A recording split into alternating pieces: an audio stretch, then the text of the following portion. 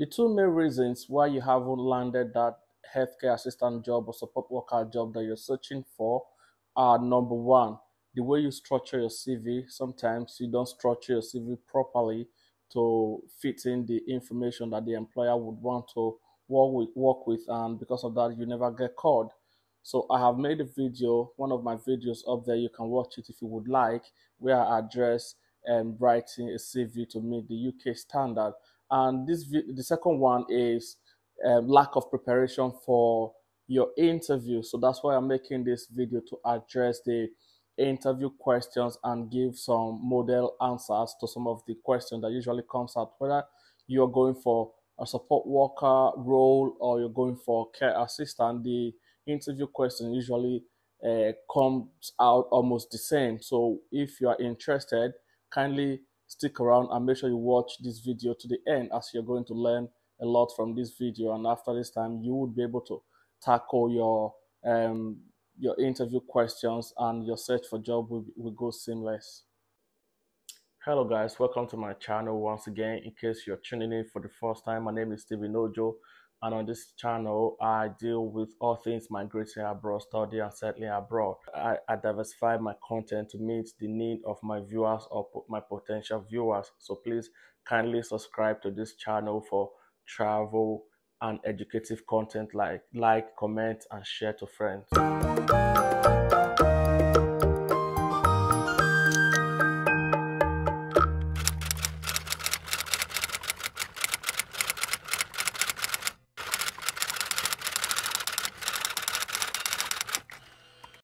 In your interview question, be rest assured that many of the questions we'll be addressing here tonight will definitely come out, and I'm going to show you how you can answer those questions. And one of the questions that they may ask is, they could come up with a question like this: imagine your client has an accident while you are with them. What would you do? What would you do if you are working with a client and the client was involved in an accident? What would you do? This is how you answer this kind of a question. So you have to bear in mind that a care assistant must be able to attend to accidents and emergencies competently. You must be ready for accident, because when you are working with the vulnerables, accident is actually quite inevitable. They can happen. So the goal of this question is to evaluate how the candidate reacts to an unexpected situation. So what you should state in the answer you provide for this kind. Explain to them your ability to follow company policies for accidents and emergencies. You have to know that when something like that happens, you have to look out for what the company policy says concerning that kind of situation. So you also have to explain your ability to assess the situation critically and take relevant emergency care action. For example, you would say in this kind of question, you would answer it this way. You can say, and how I handle the situation depends on the accident. If the client had injured themselves visibly or had fallen, I would immediately contact my supervisor. If I could tend to the injury myself, I would do so. In more serious medical emergencies, I would call 9999, 999. That's the emergency ambulance number in the United Kingdom. I will call 999 and care for the patient until the ambulance arrived. So when you structure your answers like this, first and foremost, you give credence to the fact that company policies prevail, what the company policies are concerning that situation, and then you now explain that if the situation is dire, you would actually have to phone the emergency line for ambulance, and while the ambulance is on its way, then you will proceed to resuscitate that person and put the person in recovery position until the ambulance arrives.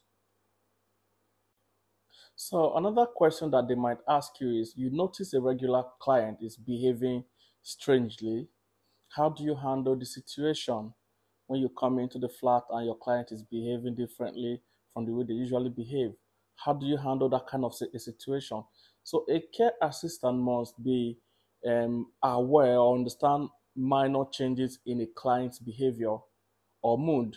So the goal of this question is actually to evaluate your ability to handle an uncertain situation.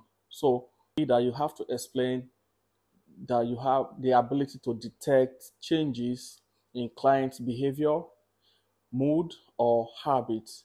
So this is also known as challenging behavior sometimes. So communication skills and listening skills, comes handy here. You ask questions and you're able to interpret body language and ability to actually follow company policy. Again, company policy and reporting protocol is very, very vital in the answer you provide to this question.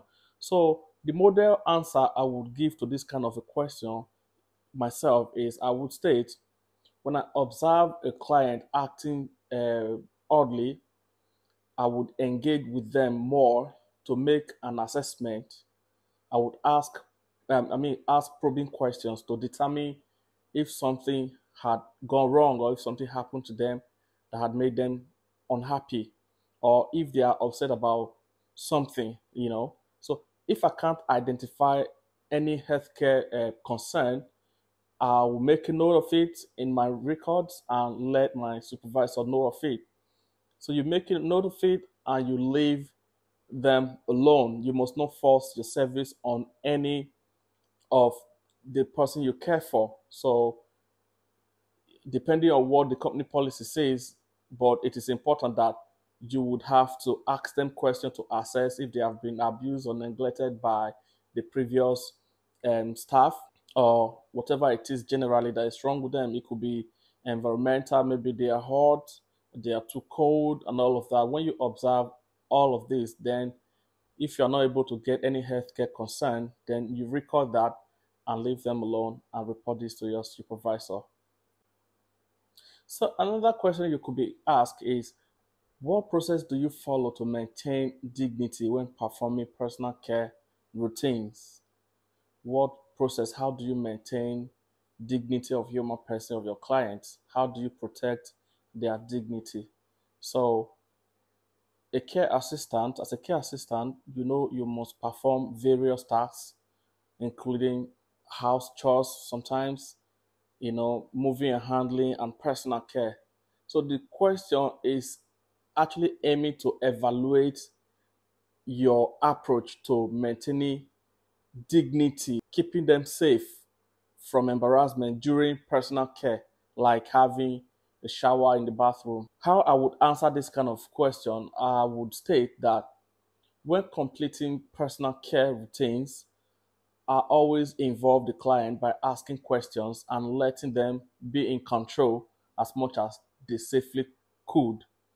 I maintain their dignity by shutting the curtains or doors and generally making sure that they are not indecently exposed to third parties when they are undressed. So protecting their privacy. So another frequently asked question could be, how do you handle confidential information in your position as a care assistant or as a support worker? So, as a care assistant, you have access to private information of your clients. You have access to a lot of sensitive information. So, it is your duty to keep those information safe and not expose them to the general public.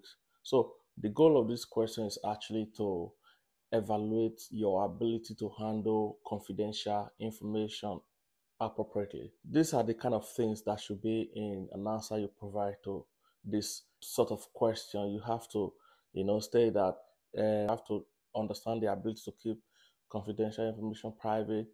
You have to have awareness of GDPR, regulation. That's the law that regulates data protection, and you have to also understand your moral responsibility to keep individual information safe. So, as a healthcare assistant, I'm exposed to various sensitive information about clients. So, the rule of professionalism forbids me from disclosing such information to anybody else. I can only divulge such information if the client consent or to a medical personnel for my client's benefit. For instance, if my client is unwell and information about him or her to get treatment is required. So that's for his benefit. And I can only do this with the consent of my supervisor or manager, as the case may be. So this should be the kind of answer you give to this kind of question. You don't divulge personal information of the people you care for, that you support, unless they give consent to it, or when it is to save their life and the consent of your um, line manager or supervisor is already sought about divulging that kind of information. So that's how you answer this kind of question. Another question they like to ask is, what is the most essential quality of an excellent care assistant? What, in your opinion, is the most important skill that a care assistant or support worker should possess? So, for this type of question, an outstanding care assistant has many skills and characteristics that actually make them exceptional. So this question aim is to actually assess your evaluate your opinion of the most important quality for a successful care assistant. Of many of the skills or quality that a care assistant should possess, what in your opinion do you think is the most important? So to answer this kind of question, I would answer the question to say, I feel personally that the most important quality of being an excellent care assistant is communication. Communication is the underlying quality of so many other skills. For instance, it allows me to build rapport with a client. It helps me to gather information about them, and it helps me to learn and understand their preferences so I can care for them better. So these are, in my opinion, I feel communication is actually the most important skill.